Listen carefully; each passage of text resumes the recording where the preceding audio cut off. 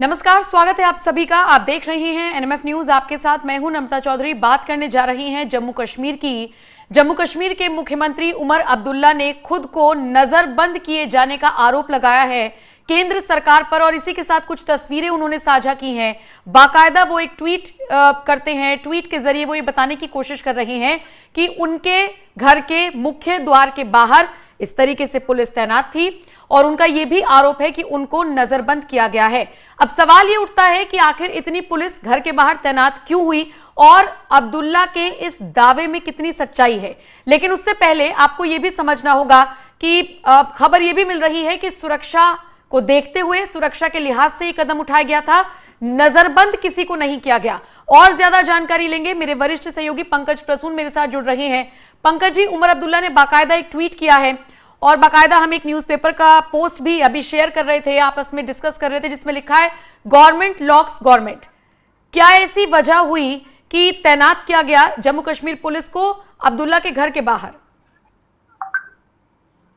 नम्रता, इस रविवार को जब हमें और आपको पता भी नहीं होगा, कश्मीर के न सिर्फ मुख्यमंत्री बल्कि मुख्यमंत्री के अलावा फारूक अब्दुल्ला, उसके अलावा विपक्ष के तमाम नेता जैसे पीडीपी चीफ जो है महबूबा मुफ्ती, चौधरी रमजान जो मिनिस्टर हैं वो, अल्ताफ बुखारी, सज्जाद लोन और एमएलए जितने भी विधायक हैं, सबको हाउस अरेस्ट किया गया था, नजरबंद किया गया था इस रविवार को, और देश को पता तक नहीं चला। कल? हाँ, कल। और तमाम नेताओं के ट्वीट्स देख लिए, हर कोई ये कह रहा है कि हमें हमारे घर के अंदर ही अरेस्ट किया गया है, न सिर्फ सरकार बल्कि अपोजिशन भी। अब सवाल यह पैदा होता है कि नजरबंद थे या वो सब झूठ बोल रहे हैं, क्योंकि भारत सरकार की तरफ से, कश्मीर के गवर्नर की तरफ से एक भी स्टेटमेंट नहीं आया है हाउस अरेस्ट का। बिल्कुल। लेकिन तमाम नेताओं ने आरोप लगाया कि बिना ऑफिशियली कुछ बताए हुए सभी विधायकों को, चाहे वो पक्ष के हैं या विपक्ष हैं, कश्मीर घाटी के जितने हैं, सबको उनके घरों में नजरबंद किया गया था। उनके घरों के आगे पुलिस का पहरा था, उन्हें घर से निकलने की इजाजत नहीं दी गई। अब बहुत सारे लोग पूछ रहे हो क्यों ऐसा क्यों किया। बिल्कुल, मेरा भी सवाल है, क्या क्यों? क्यों? क्या कश्मीर में कुछ बड़ा होने वाला है? क्या 370 की तरह की कोई तैयारी की जा रही है? क्योंकि हाल ही में अभी 2-4 दिन पहले अमित शाह गए थे कश्मीर और उन्होंने बैठक वगैरह की थी। मैंने भी कश्मीर के अपने जो दोस्त पत्रकार हैं उनसे पूछा कि हाउस अरेस्ट हुए हैं क्या। उसने कंफर्म किया कि हुए हैं। मैंने पूछा क्यों हुए हैं, फिर उसने जो कहानी बताई और हैरान करने वाली है। जब आप श्रीनगर के डाउनटाउन में जाइएगा तो वहां एक शहीद ग्रेवयार्ड है। 13 जुलाई 1931 जब इस देश में अंग्रेजों का राज था, तो वहां डोगरा रेजिमेंट्स के जवानों ने, जो डोगरा सोल्जर्स जो होते थे वो ब्रिटेन के लिए काम करते थे, ब्रिटिश के लिए काम करते थे, उन्होंने कश्मीर के स्थानीय मुसलमानों पर गोलीबारी की थी 13 जुलाई 1931 को।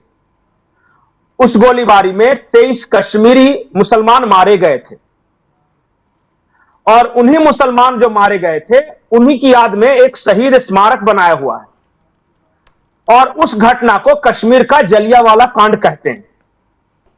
मतलब जिस तरह पंजाब में जलियांवाला मैसकर हुआ था, उसी तरह कश्मीर में भी 13 जुलाई 1931 को यह हुआ था, जिसमें सरकारी आंकड़ों के अनुसार 23 कश्मीरी मुसलमान मारे गए थे। और मारने वाले कौन थे?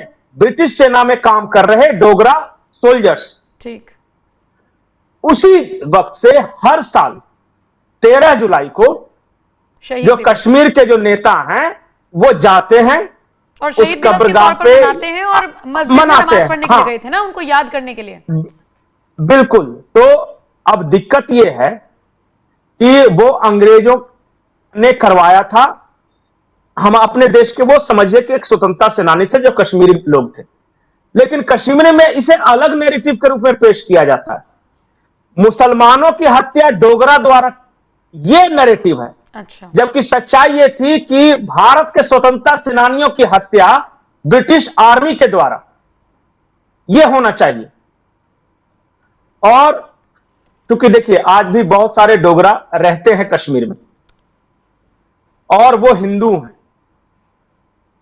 तो वहां इस विषय को लेकर हमेशा से एक चार्ज्ड अप माहौल बनाने की कोशिश की जाती है।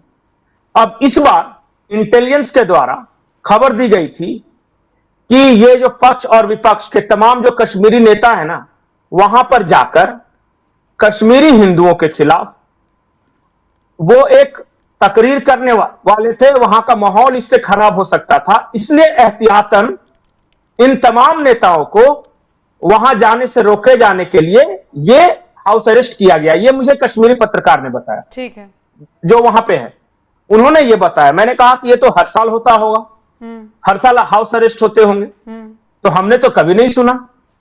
तो उसने कहा कि इससे पहले राष्ट्रपति शासन के दौरान तो ऐसे भी हाउस अरेस्ट हो जाते थे, और कब हो जाते थे तो 13 जुलाई को कोई ध्यान भी नहीं देता था। बिल्कुल। इस बार एक इलेक्टेड गवर्नमेंट को एक दूसरे इलेक्टेड गवर्नमेंट ने हाउस अरेस्ट किया है, इसलिए यह मामला बढ़ा है। और इसलिए उमर अब्दुल्ला ने ट्वीट करके कहा है कि ये डेमोक्रेसी जो है यहां, मतलब कश्मीर में, जो भी उन्होंने अपना लिखा है वो। अब ये मामला सिर्फ यहीं तक नहीं है, ऐसा नहीं कि सिर्फ भारत और ये छोटे से मामला है। अब इस बात को पूरी दुनिया में और यूरोपीय देशों में, अमेरिका में इस बात को लेखकर भेजा जा रहा है कि देखिए हम तो इलेक्टेड गवर्नमेंट है, लेकिन हमें एक शहीद दिवस के नाम पे हाउस अरेस्ट कर लिया गया, तो where is democracy in Kashmir? बिल्कुल अनैतिक और असंवैधानिक, ये बता रहे बिल्कुल, ये उन्होंने कहा। अब जो ये है, अब भारत सरकार को इस पे देनी है सफाई कि उन्होंने किया न किया, क्योंकि ऑफिशियल हाउस अरेस्ट नहीं है, इसलिए भारत सरकार या जो वहां की जो मिलिट्री है या आर्मी है वो कह देगी कि हमने तो हाउस अरेस्ट किया ही नहीं। ये प्रिवेंटिव मेजर था, हमने कुछ सिपाहियों को तैनात किया था ताकि वो जाके माहौल खराब नहीं कर सके। नहीं, लेकिन तो हाउस अरेस्ट करना गलत है। वाकई में प्रिवेंटिव मेजर था तो आप घर के बाहर खड़े हो सकते हैं, और दूसरा नजरबंद, मतलब आपने उनको बाहर निकलने से रोका भी अगर कोई निकला होगा, दोनों ही चीजें हैं ना। तो यही बात तो है कि घर के बाहर तो सिपाही खड़े हैं, वो कश्मीर के नेता कह रहे कि हमें निकलने नहीं दिया गया, ये कह रहे हैं कि हम तो उनकी सुरक्षा को लेकर चिंतित थे, हमने उनकी सिक्योरिटी के लिए किया था। अब यही आरोप प्रत्यारोप है। लेकिन एक बात है कि कल रविवार को 13 जुलाई को कश्मीर घाटी के तमाम जो मुस्लिम नेता थे और सभी विधायक को अपने घर से बाहर नहीं आने दिया गया। और फिर बहुत सारे एमएलए तो बहुत आरोप लगा रहे हैं कि हम तो निकलने की कोशिश किए तो हमें दोबारा धमकाया गया, मारा गया। यही अब लोग ये सवाल कर रहे हैं, खास करके महबूबा मुफ्ती ने पूछा है कि प्रधानमंत्री एक शब्द का इस्तेमाल करते हैं, दिल की दूरी। दिल की दूरी तो है जो कल दिखा दिया भारत सरकार। क्या हो जाता अगर हर साल की भांति हम वहां जाकर 2 फूल चढ़ा आते? क्या हो जाता अगर हम अंग्रेजी राज के खिलाफ कुछ बोल देते? क्या हो जाता, क्योंकि वो अंग्रेजों के खिलाफ लड़ते हुए स्वतंत्रता सेनानी शहीद हुए थे।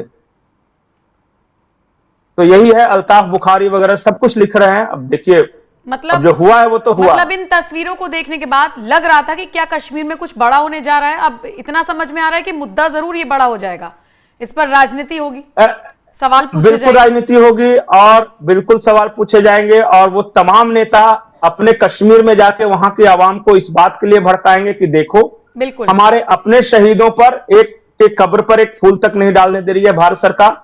और वो तो यहां तक कह रहे हैं कि ये जो ब्रिटिश सेना में जो डोगरा शामिल थे, वही डोगरा सैनिक बाद में भारतीय फौज में शामिल हो गए, और जो कश्मीरियों के अत्याचार में वो शामिल थे। ये वहां पे नैरेटिव फैलाया जा रहा है। वहां पर ठीक है जी, ठीक है पंकज जी।